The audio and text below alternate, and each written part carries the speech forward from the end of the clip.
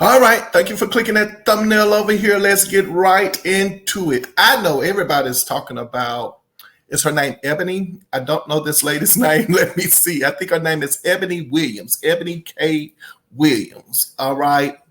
I don't know much about him, and it really doesn't matter that I know much about it. It's just a comment that was allegedly made by her, as well as a lot of people have different points of view about this. I haven't watched anyone's commentary about this at all, except for on my news media feed.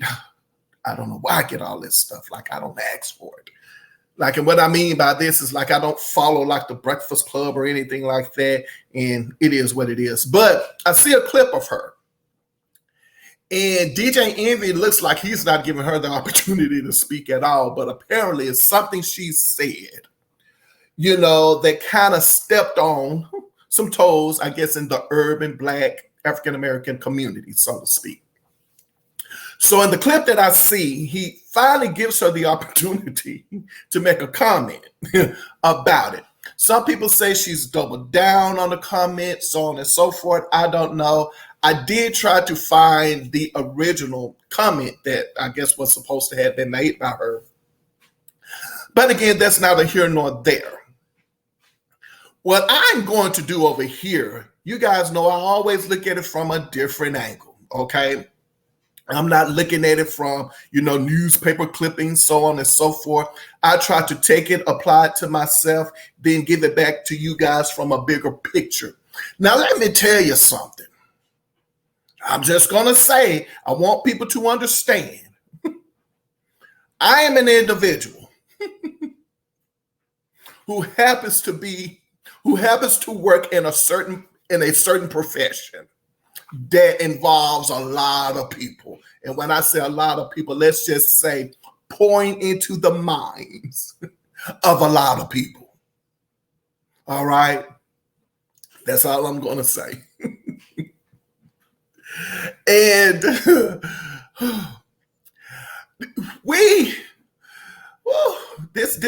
y'all pulling and tugging and so on and so forth. I got to just kind of relax. I have a tendency sometimes I can be all over the place.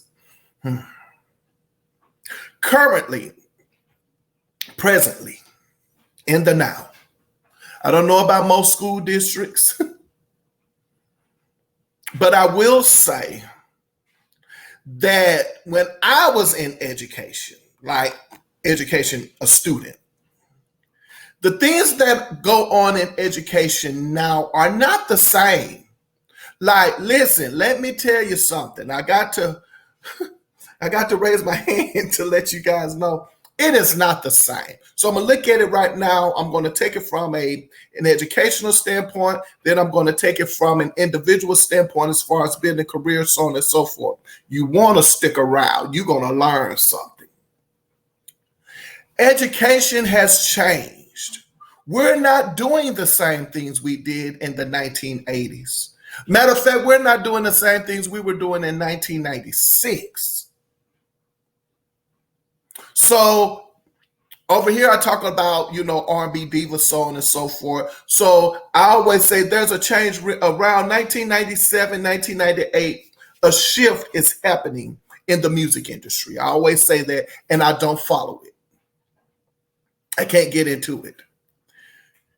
There's also another shift taking place in education around this time. Around 1997, 1998, even education is taking a turn. Like, there are certain things in education that it's just not done anymore. All right? What's not done anymore? Well, let's put it to you this way. You know, if Little Johnny, and you know Johnny is very popular. Everybody knows Little Johnny. You know, if Little Johnny makes a 0 or 20 or 12 or 50 on a test, well, take that back, not on a test, like in a class, Johnny is not going to receive that 20 or that 30 and to the point where, oh my God, you failed that class? Right? Like, there's just some school district across the board, it's their policy now. It's just what it is, where And it's looked at like we're trying to give Johnny a fighting chance, right? Like, hypothetically speaking, I can't speak for most. I'm just talking about in general. Little Johnny needs a fighting chance for whatever the case may be, because realistically, who's going to pass a class if you'd have made a 20 in it? All right, I'm just saying. Not talking about anybody's children. I'm talking about across the board. So that's one of the things that has changed in education across the board. So to give people an individual a fighting chance, well, let's cut it off at a 50. Little Johnny can possibly pass this class, having a 50 in it. It's still a failing grade, but he has a fighting chance. In a roundabout sort of way, I have learned not to go in that pull and tug of it. And I just say, hey, it is what it is, and keep moving on. Again, I can see how educators have a problem with that. I can see how teachers have a problem with that, because we have teachers in the classroom whose sole responsibility is pouring into your child. And then at the same time, they have to pass the student, get them to a point where they can not only pass the class, but pass state assessments. Their jobs are on the line. Do you understand where I'm going with this? So you can see the pull and the tug the teachers pouring into little Johnny. And little Johnny just probably never does his homework. Never. So if little Johnny done found out, because again, you can't get anything over a child, because they're going to eventually see the pattern. They're going to say, who cares? Shoot, I don't care about a 20 on the test, or 20 in this classroom. I'm going to get a 50. I can pull that up. Or sometimes the other little Johnnies are not even trying to pull it up. Do you understand where I'm going? So we're talking about mediocrity, right? Mediocrity, sorry. Speaking too fast. Mediocrity, okay? So that's one issue that we have with the society across the board. We are definitely lowering the standards. It is what it is. I knew something wasn't quite right when in education, I don't know, I'm trying to think. No, a 69 was failing. Yes. So it was, what was it? A 70 to a 79 was a C, an 80 to an 89. No, 80s was a C. It's been a while, y'all. 85 was a B, right? So then where's the D? Okay, hold on. 70, or was it a 69? Was it 69 a D? No, I don't think 69 was ever a D. I can't remember. 70 to a 75, or maybe a 69 to a 75 was a D. Maybe a 69 was a D. For sure 70, but maybe a 69 to a 75 was a D, a 76 to an 82 was a C, an 83 to an 80, an 82 to an 84 was a C, right? An 85 to a 91 was a B, and a 92 and higher was an A, right? It's not that anymore. Like, you can literally go down into the 60s now and have a D. I don't know. I'm thinking at the top of my head. Maybe now a 66 is a D. Or is it a 65? I think a 65 you're passing now in some states and some school districts. So everything is being lowered. And it's hard for a person such as myself to grab that and say, no, you failed. But now we're lowering the expectations across the board. Is it good? Is it bad? Who knows? But the things that are happening in education are not happening like when we were in school. So everybody has to stop and think from that perspective alone. All right. So whether or not if you disagree or agree with Eboni K Williams as far as just the lowering expectations, it is. Guess what? Another thing, I don't know if you guys realize this or not. I found this to be mind-blowing. In school right now, some school districts, not a lot, I don't know. I haven't done research, but I do know it's out there. There are now some school districts. Guess what? You are not even writing in cursive anymore. What? Do you understand? It's like I'm saying myself like, what? You're not writing in cursive anymore. Like there's no handwriting class that teaches you how to have a signature. You don't have one. What? So now not only are we lowering the grade, we're lowering, certain standards, certain things you need in this society. And now you're not writing in cursive.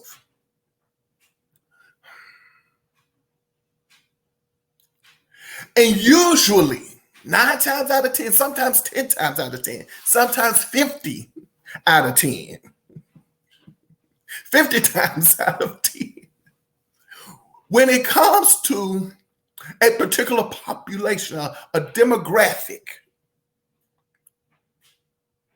do you understand where I'm going? They are disproportionately affected by these changes.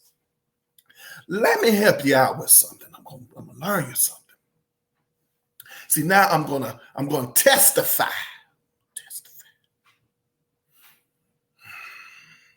Oh gosh. Well, I've said this time and time again, but I just don't need everybody in my business. But I mean, it's no secret. But so I grew up in public housing. Like, as a matter of fact, my grandmother, when this particular public housing community was being built, it was being built.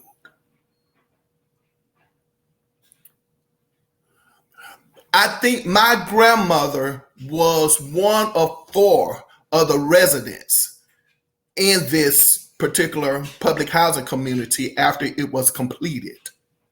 I got news for you. We were there for a while.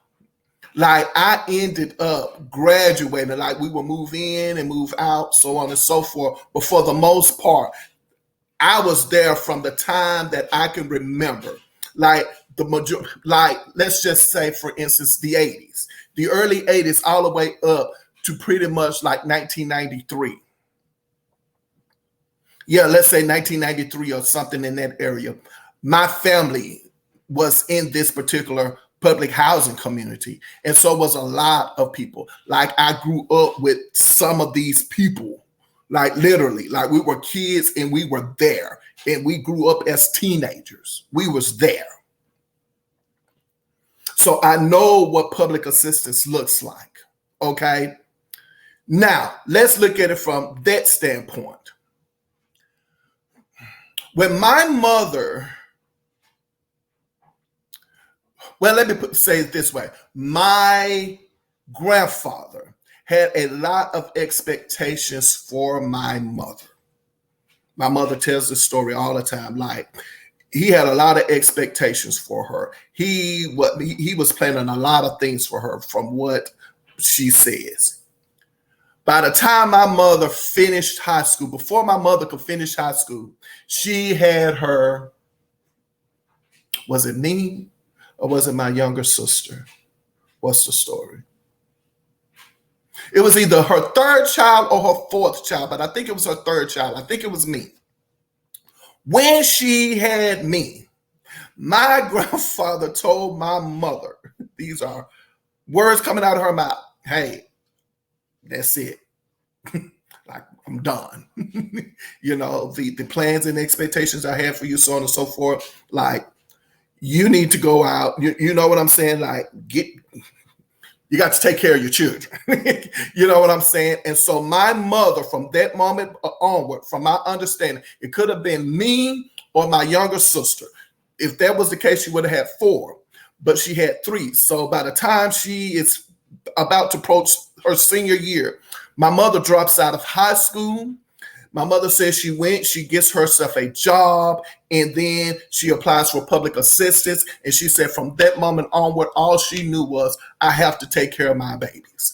That was it. And that's all I've ever known my mother to do. I have not known my mother a day in my life not to have a job and not to be working. All right. I've never known it at all.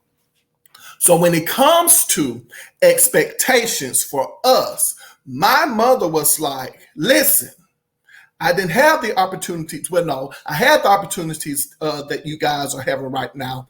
I didn't take advantage of them, so on and so forth. And my mother, when she would discipline us, sometimes she wouldn't lay down, the hammer. Sometimes it was more like, these are my expectations of you. This is what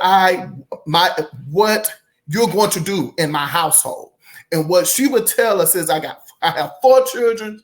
I want 4 degrees on my wall. I want you to go to college. I want you to further your education, but give me a high school diploma and get out of my house.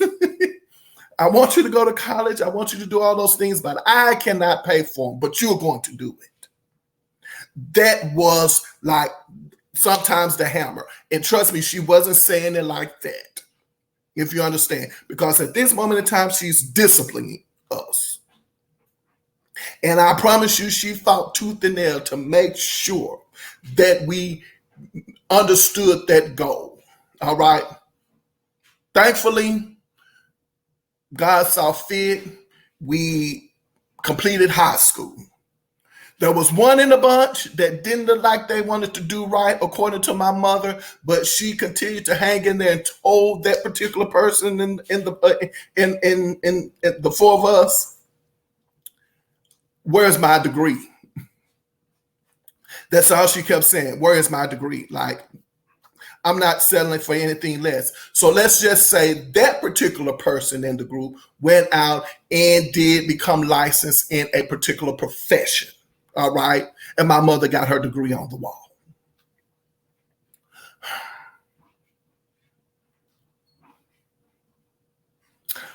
When I was going to school, and let's say, for instance, I struggled with a particular subject or with a particular content area, I knew my mother couldn't help me with a lot of my educational work. I didn't even expect my mother to. But at the same time, my mother, when it came to my education, she would say to me, I don't care if I know how to help you with it or not. You better not come into my household and not know it. Do you understand? Do you understand? Like, my expectations are my expectations. Don't use me and say, I don't know, your mom doesn't know, your mom can't help, as an expectation of you can't get this done. You're going to do it. Do you understand? And then sometimes my mother is the kind of mother that it's a slow build for her before she lays it down on you. You understand? Like, I'm going to talk, I'm going to fuss some more, like I'm going to get angry or madder. That's how my mother gets. And then she'll get you before you know it. That's what she was. And so she'd do the unexpected beat down. You understand what I'm saying? Like, you don't know it's coming. And when it comes, it's like I done told you over and over again, I'm tired. And when she goes in on you, it's like she's not letting up. You understand what I'm saying? You knew she meant it, right? So that's one thing. The other thing with this, when it comes to us, unfortunately, and when I say the urban community or a particular community, a different demographic, a particular demographic, I have to say it. and it's only based off my experience. There's a certain demographic of people who parents and guardians, it's what it is. Their expectations is that you went to school, so you're learning it. Do you understand? And I need people to understand some mind frames, because my mother, I'm not talking about anybody. I'm not talking about a group of people or so on and so forth. I'm just talking about my household. My mother was like, well, you're on your way you're in school. They should be teaching you. Like, forget whether or not if I'm teaching you this or not. You're in school. You should be doing this. You should be learning this. And thankfully, thank God I had educators. Oh, gosh. Oh, I am so glad I had the educators that I had. Oh, my gosh. Thank you, teachers, so much. And I say this because they made sure you got it. Do you understand? They knew what they were doing. See, the way they taught back then is probably not the way they would teach now, because now it's all about evidence-based teaching and so on and so forth. And how dare you are not going to hold a flashcard up in Johnny's face and ask him what's 2 times 2, and then hold up another one, what's 8 times 6. Like, that's not happening. It's like, you're not going to the board and writing down, I will not talk in Miss Johnson's classroom. You're not doing that. You understand? And I'm here to tell you, I had to do it a couple of times. Go figure. But anyway, you're not doing that.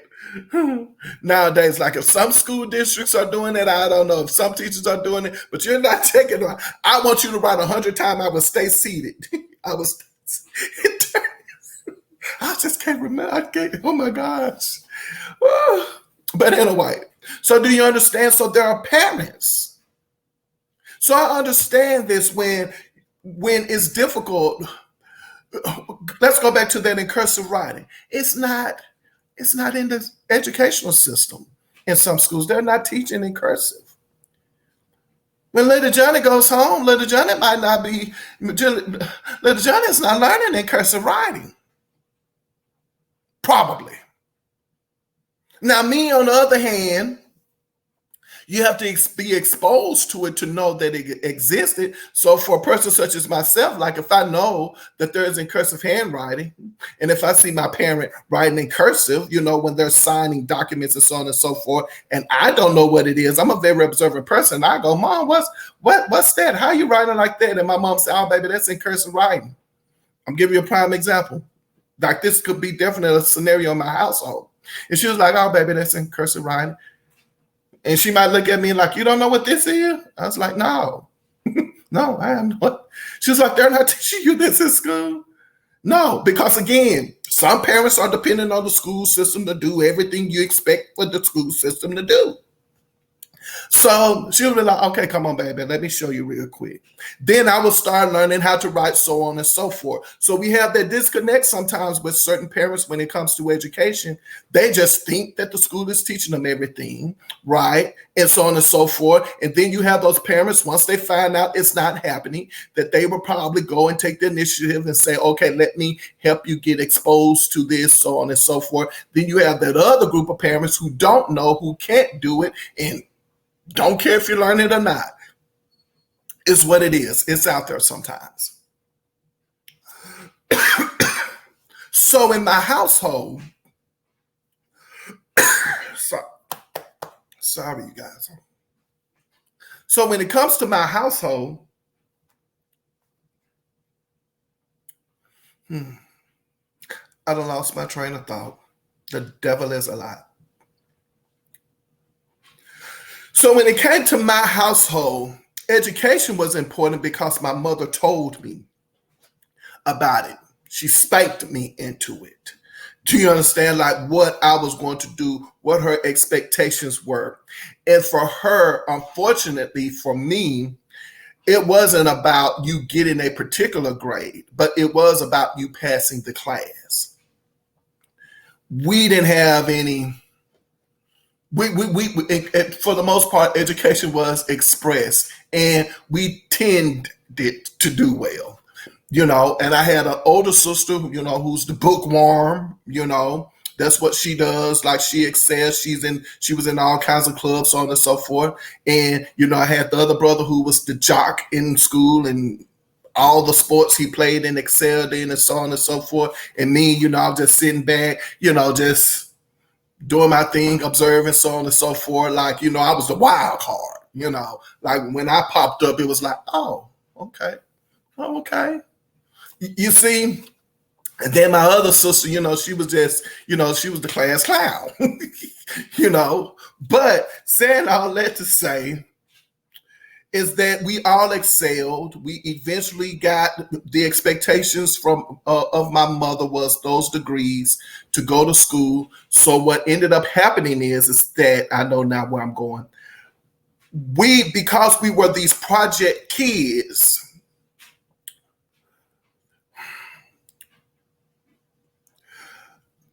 we were breaking generational curses and didn't know it. My mother was telling us what we were going to do. So as of 1989, 1990, and I'm not joking, in my immediate family, we had the first high school graduate. In 1990, you guys, the first high school graduate. For those of you who are of a particular generation, then you already probably look and say like, wow, 1990? Yes, the first high school graduate. That's when it looks like those of us, my cousins and so on and so forth, when we all started graduating and we then started to break that curse of graduating high school. And then going on to college. It started happening around that year.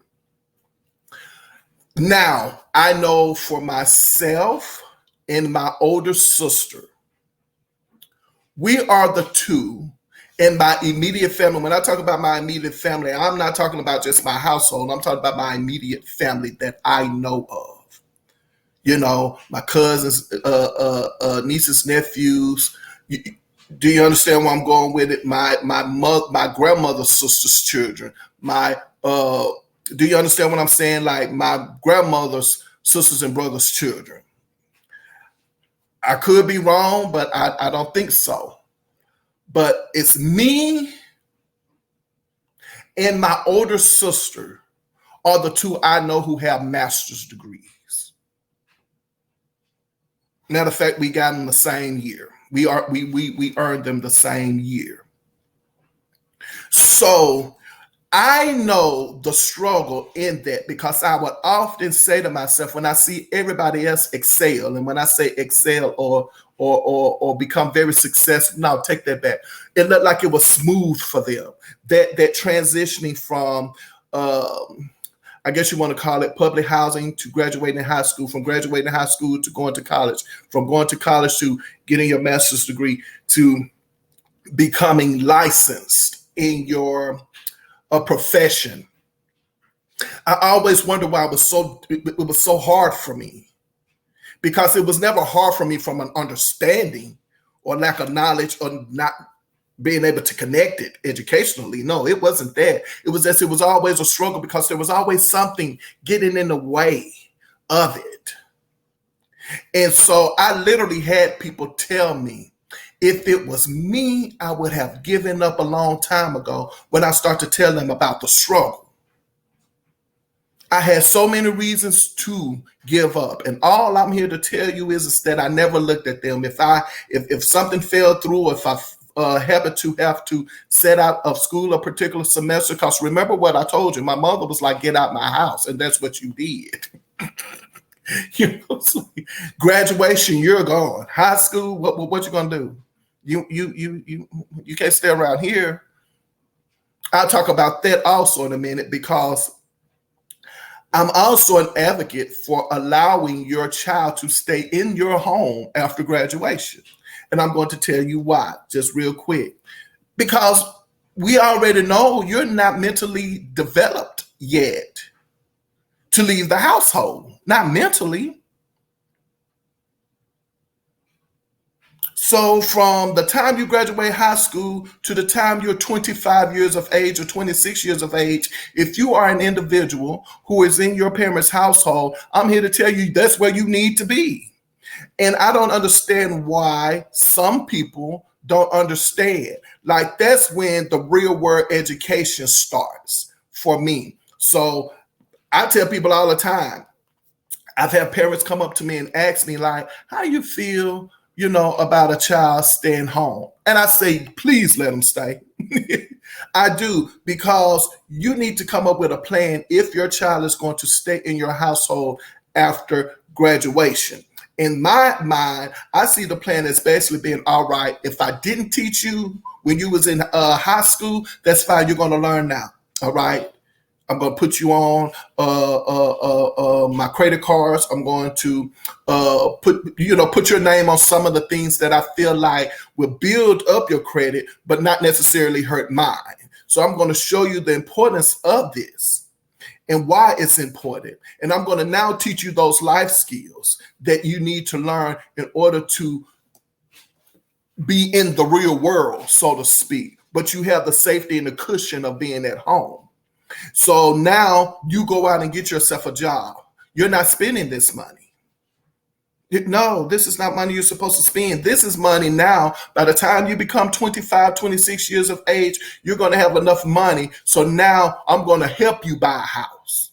See, we don't do that. Well, take that back. I'm trying to stay, out of this, because some people can feel like you're stepping on their toes. So that's when you need to learn the importance of navigating through all of that, building up your finances and understanding how that world works. So you have a nice amount of money to purchase your home that you want to purchase in. That's a good time to have your first home, starting out. It doesn't have to be something big and elaborate. It just, you're pretty much on your way. And also, too, you're also understanding the importance of working a job and being disciplined. That is, if you choose not to go to college. If you choose to go to college, there's a whole nother story. Then your plan needs to be different for your child. Because college, your child is probably 9 times out of 10, your child is away from you. And you have to navigate things differently. But at the end of the day, I'm still saying to you that I don't think we should just, anybody, I'm talking about anyone, should just say, get out of my house, at 16, after high school. Whether you go to college or you go immediately into the workforce. 25, 26 is a good time to say, all right, Johnny, it's time to leave the nest, because you're not mentally ready yet. 25 is when it's all of it's connecting. Where you going? You ain't leaving here. Oh, I'm an adult. I can do what I want to do. Yeah, but you're not an adult. So that was a sidetrack on that. Now, when it comes to being in my particular household, my mother looked at education as a way out. Because my grandmother, on the other hand, while my mother was talking about her expectations educationally, my grandmother was speaking from a standpoint of saying, I didn't have the rights that you guys have. That's how my grandmother would fuss at us. She was like, I couldn't do this. I couldn't do this. Do you understand? Sharecropping. Couldn't do this. So when she laid down the hammer, she talked about what she couldn't do. And she would often say to me, to her children, she would say, you have rights now. Stand up on them. Stand on them. Stand on your rights. You have rights now that I didn't have. So that's the generation that I've come from. So I have one foot in and one foot out. And then when it comes to public housing and being in public housing, that's a whole nother issue in and of itself. I might talk about another video because I'm going to be too long with this one. And as I told you guys, I got some things to do early this morning. But let's just say public housing does not build families. It doesn't. I'll give you a prime example. when we talk about families, and I'm talking about having a mother and a father in the house with their children, public housing does not support that because they look at it, or when I was growing up, as this was a single family household for single mothers. And they're looking at you like you got a boyfriend, and that boyfriend could be also the father of your children. He could not be there. And so we wonder why in public housing, just that alone, you ask like, where are the men? The men are not there because the man can't be there. It's not there. And all of a sudden, if the man is there, then it's more like, well, if he's there, then the mind frame could be that that man should be able to support his family to the point that they don't need public housing. And sometimes that's not true because we're talking about low expectations, but I'm just talking about something in general. Maybe their incomes together is not enough for them to be able to support themselves outside that public housing income bracket. And I definitely remember as I was growing up, when it came down to public housing was one in such a way that sometimes your rent wasn't the same every month. It was always based on how much you made that month. They would do something, I don't know, you have to turn in stuff at the time, and well, this is how much you made, this is how much your rent going to be a month, so on and so forth. And if you got a raise, they took it from you, meaning that they raised your rent. So it was never a stepping stone when it came to public housing. You made a certain amount of money, they took it.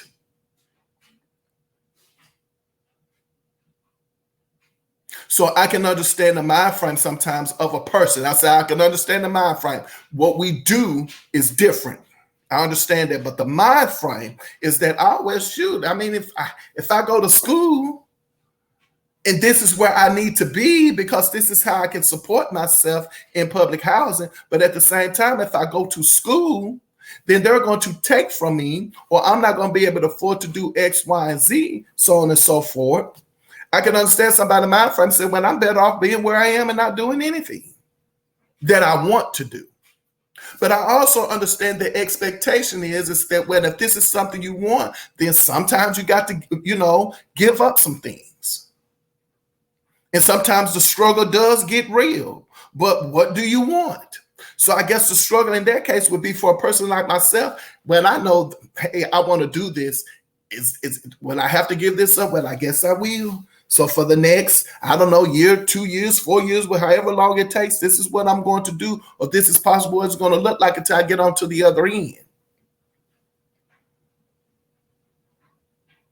So public housing, again, is not set up to be that stepping stone that most people say that it's supposed to be. No, it's there to keep you stuck. So by the time I did go to finish high school, go to college, and I went to college and got the degree, by the time I got the degree, it was not worth anything to me. The times had changed so much so that a lot of people are getting their bachelor's degrees, a lot of people are getting their master's degrees, and I'm here to tell you was getting paid very little with those degrees.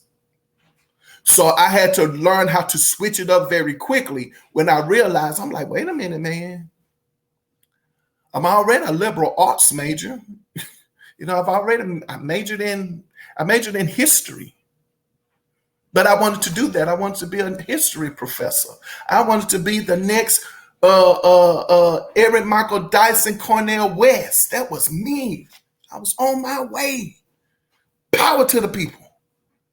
I'm serious. I was on my way. I was going to be just like Michael Evans on Good Times. I was about to be the militant midget. I was on my way to an HBCU. I was. But then again, my mother and her connection with God, I'll talk about that story one day, but I was in the church and I'll never forget my mother standing beside me in the church, and she was praying to the Lord up above. Bless him, Lord, give him direction, so on and so forth. And then all of a sudden, I kid you not, I was holding on to my mother's hand because it was time to stand up because, the preacher was praying over the congregation. and something left my mother and caught hold to my hand because I'm holding my mom's hand. Something left her hand and it stuck. It was on my hand. Like it stuck to my hand. I kid you not.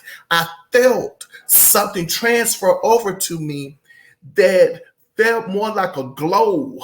Like my hand, yeah, I'm not joking. I was like, man, I'm trying to wipe it off. I'm trying to wipe it off. Because I knew my mother got away. And I didn't go to the HBCU. She got away. She got her way. The Lord answered my mother.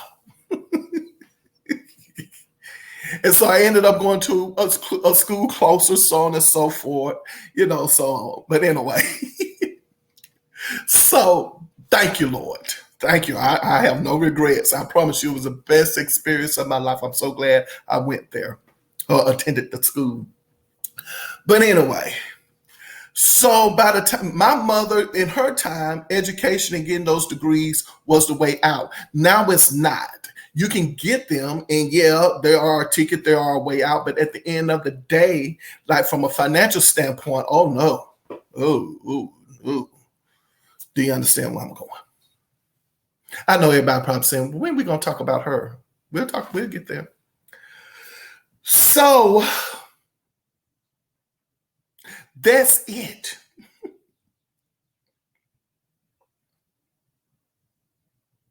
But I also understand what that looks like. If you never lived it, and I don't know her story, so I'm going to go and find out what her story is. But what I am saying to people now, at this moment in time, I got about a good 15 minutes left. If you haven't lived it, and I'm talking about lived it, if you lived it from the outside looking in, that if you don't know what that is like to be caught up in that system and understand how it works and how it tries to keep you trapped and what you need to do to break free from it, then you have nothing to say to me. All I'm just going to hear to say is you speaking from the sidelines. And the thing that bothered me most about one of the comments she made is that she said she looked at the data, and the data doesn't lie, and the data does lie. Sometimes we use this data in order for us to continue to perpetuate a mind frame or a way of life that we want to keep going.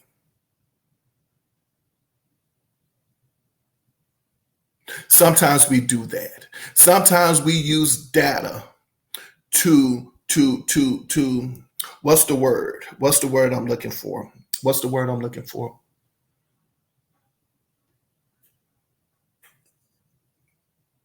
We have a purpose behind everything, even in writing.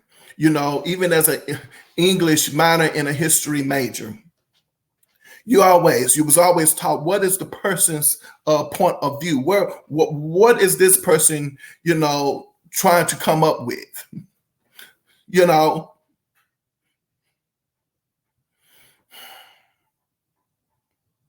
Where's this person's angle?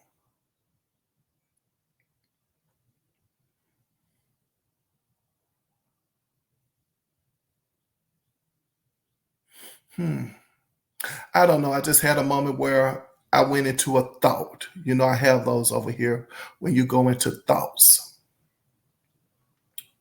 And what I'm thinking about at this moment in time,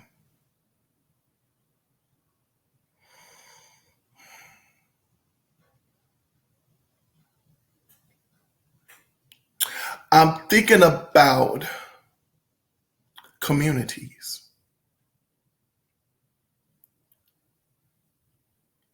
I'm thinking about my community, the community in which I'm associated with just by the mere color of my skin. I'm thinking about that community. I'm thinking about my heritage, my family heritage. I'm thinking about the stories that my grandmother told me. I'm thinking about my great-grandmother.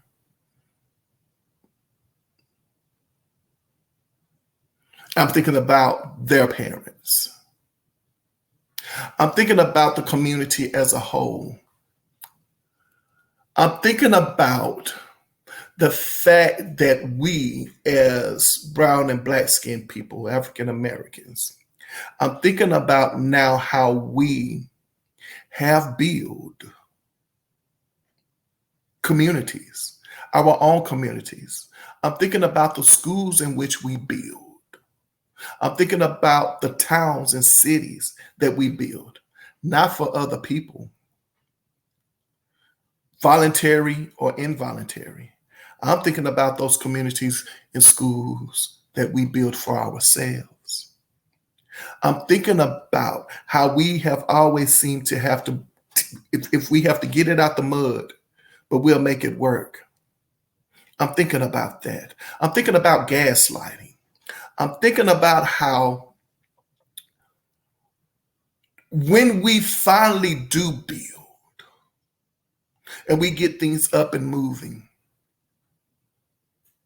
how there always seems to be someone somewhere, whether if it's a group of people with their own personal opinions about us, or there's someone somewhere who looks at it like a financial opportunity to take advantage of financially, whether it's the people the same color or not. I'm looking at how it always seems to be once we do it, and we have a history of black people of building these communities over and over and over and over and over again. See, what I don't understand, I don't know her skin color.